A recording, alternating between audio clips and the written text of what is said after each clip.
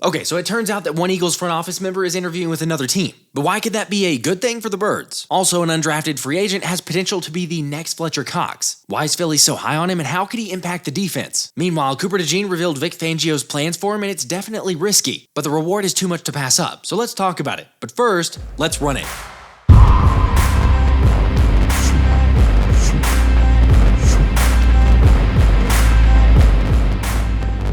What's up, guys? Hey, do me a favor, hit that like button, and then let's get started with a big happy birthday to Pave the Lane Johnson, who turned 34 years old today and is without a doubt one of the best. Also, something that happened 30 years ago was Eagles owner Jeffrey Lurie purchasing the Birds for $195 million, after taking out a $190 million loan to purchase them. Fast forward to today, and the Eagles have an estimated worth of $5 billion, which is incredible, and kudos to the best owner in the league. Yeah, I know I'm biased. But ever since taking over, the Eagles have had 18 playoff appearances, 10 NFC East titles, made 7 NFC Championship games, along with 3 Super Bowls, while most importantly, winning 1. Now sure, everyone makes mistakes, but I think what sets Jeffrey apart from other owners in the division is the fact that he's willing to admit mistakes and make changes, unlike some other owners who are just stuck in their ways. Of course, while I'm on topics of the changes in the front office, Adam Schefter reported that Brandon Hunt, the Eagles director of scouting, is interviewing for the New England Patriots lead personnel job. In case you're not familiar with Hunt, he was hired by Philly in 2022 after serving 12 seasons as the pro scouting coordinator for the Pittsburgh Steelers. And then before that, he worked for the Houston Texans staff as a scout. Now, the interesting part is what PFN's Anthony DeBona brought up about questioning if he were hired, would it constitute 2 compensatory third-round picks?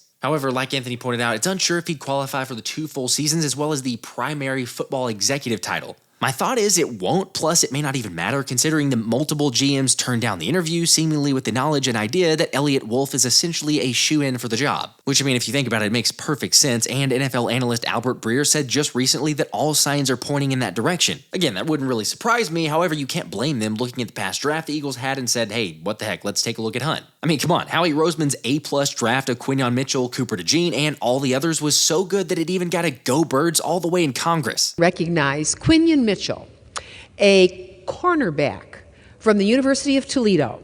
Quinyon was recently selected by the Philadelphia Eagles with the 22nd overall pick in the 2024 NFL Draft. Northwest Ohio is undeniably proud of Mr. Mitchell. He became the first Toledo Rockets selected in the first round in 31 years.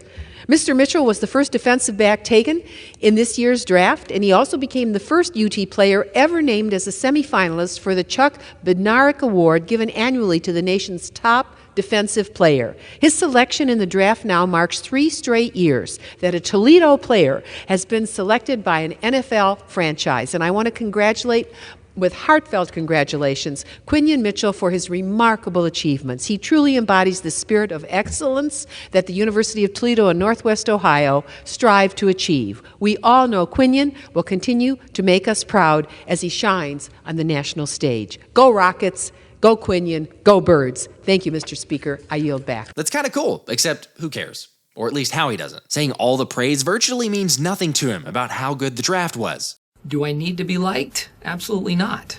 I like to be liked. I enjoy being liked. I have to be liked. But it's not like this compulsive need to be liked, like my need to be praised. All right, for real though, I can appreciate that because honestly, after looking at this draft, it would be very easy to just sit back and marvel at how awesome of a job you just did.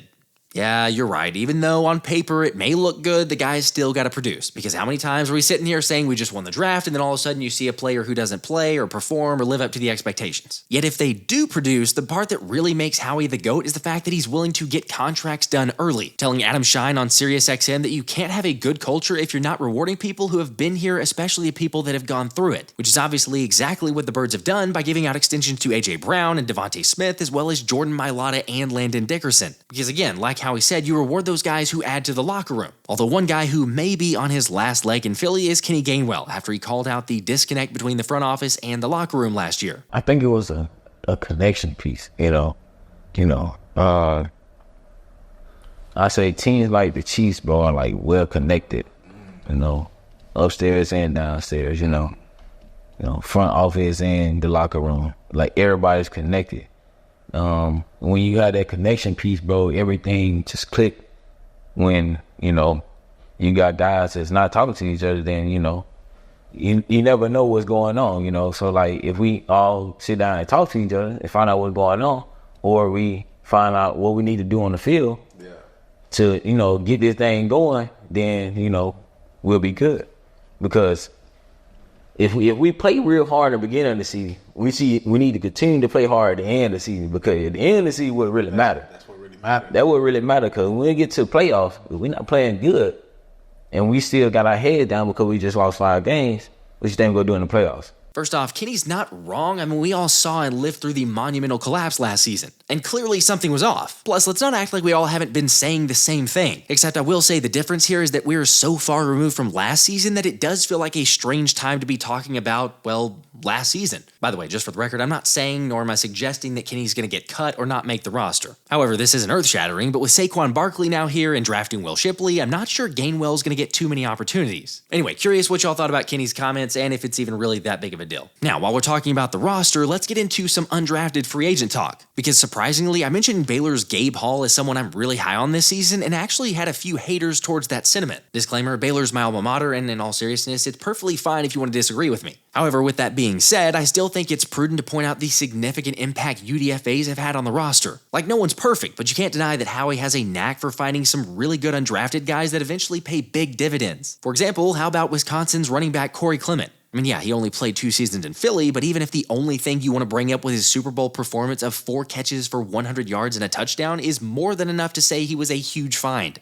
Although fine, let's look at someone who paid much bigger dividends in another Wisconsin guy, TJ Edwards, who despite going undrafted ended up making 4 starts as a rookie and started to show up in his second season before exploding onto the scene in his 3rd year to lead the team with 159 tackles, which for those counting ended up being the 3rd most in franchise history. To take it a step further, ironically enough, Howie Roseman actually shared recently that Jeremiah Trotter Jr. reminds him a lot of Edwards, citing his unbelievable feel for the ball. Now, I'm not disagreeing with that, however, maybe this is Howie making up or trying to make up for his letting TJ Edwards go and really not even offering him a contract. By the way, for those that are going to still keep knocking that, it has been proven, and TJ Edwards said it himself, that he did not receive a contract from Philly. But sorry, here I go talking about bygones after I got onto Kenny for doing the same thing. Anyway, continuing on with the UDFA talk, Reed Blankenship is for sure notable, seeing that he played more snaps than any rookie for the Eagles in 2022. And just last year had earned enough credibility that he wasn't even required to suit up for preseason. Plus, let's not forget about Eli Ricks, who without a doubt played his way onto the team after a below-average camp. Yet Pick 6 Rick showed up when it was game time. Of course, yeah, the roster is stacked at cornerback position now, so it won't be a lock, but I'd go ahead and guess he beats out several guys just like he did last season. Which is why, again, I'll say it, but at least one of these UDFA signings, or maybe even multiple, are going to significantly impact the roster this season. And my money's on defensive tackle Gabe Hall, and here's why. For one, multiple outlets are already calling him the next Reed Blankenship, for the very reasons I had just brought up before, with Ryan Fowler putting Hall as the most likely to make the roster due to his tremendous alignment versatility while also being able to produce against the run and the pass. Also, at 6'6", 290, it's easy to see on the tape that the 23-year-old presents quite a few mismatches. Reminder, I watched all of Baylor's games, and just telling you, Hall is the type of player who won't take it down off and can be an absolute game wrecker. Now sure, he and the Bears as a whole had a down year after the D-lineman only registered 2 sacks last season, but the potential is certainly there, and you saw it by him beating just about everyone he lined up against at the Senior Bowl, while one analyst even went as far to say he could be the help to replace Fletcher Cox. Also, unsurprisingly, he's another athlete that fits the typical mold of what Howie Roseman's looking for, with a 34.5-inch arm length and ranking in the top tier of elite interior defensive linemen. And then one more aspect to make the case for Hall is the fact that he's wearing number 96. I mean, that's about as good as you could ask for a UDFA signing, which is why I'm going with Hall as my top pick to make the roster. But how about y'all? Do you agree or disagree? And I guess if so, who's your top or favorite pick to make the roster?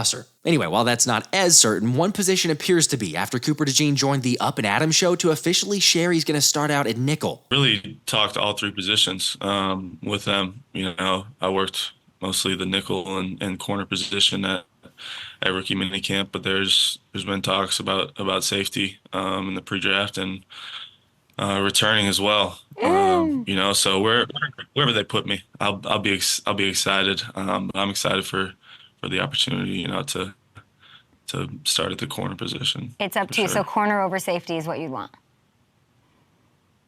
that's where I'm starting out. Yeah. Personally, I'm fine with that. However, James Bradberry and Avonte Maddox may not just love hearing that news. But like I talked about in my last video, the writing's on the wall already for JB's days being numbered. And alright, say what you will about Reed Blankenship, but obviously the Eagles trust him to be the starter next to seated Gardner-Johnson. So Vic Fangio's going to put DeJean out there to lock up tight ends and slot receivers. I mean, either way, this was always going to be the question on DeJean. Where does he fit? Yet it can't get any worse than last season. I mean, you're right, I probably shouldn't say that out loud.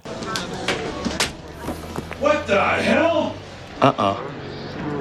Too little, too late, Harry. Look, I've got a lot of belief in DeJean. I don't know if I'm saying he's going to be an all-pro corner, and who knows, maybe he ends up being safety or a more preferred option is the safety route. But why not get him out there on the field, especially with his ball-hawking prowess and being someone who's not afraid to tackle and challenge someone, which is exactly what Daniel Jeremiah said thanks to DeJean's ball skills, inside experience, and playing multiple positions, as well as his uncanny ability to maximize pursuit angles and playing with physicality. I also forgot to mention that he could even end up being a punt returner. And let's be real for a sec, last season this defense lacked everything: zero intensity, physicality, personality, swag, and you name it. I mean, there was no fight on the squad. But with these dudes back there, it's going to be different. All right, sorry, I got a little bit carried away, but how would you rank it in terms of DeJean and playing the slot on a scale of 1 to 10? The other bit of news to share coming from the NFL is that the regular season schedule release will be next Wednesday, May 15th. Apparently moved back a week from initial reports, so we'll finally get an idea of when the Birds will be playing and how many primetime games we're looking at. Also, on the topic of scheduling, Roger Goodell recently floated the idea of eliminating one preseason game combined with an 18-week NFL regular season to allow the Super Bowl to be played on President's Day weekend,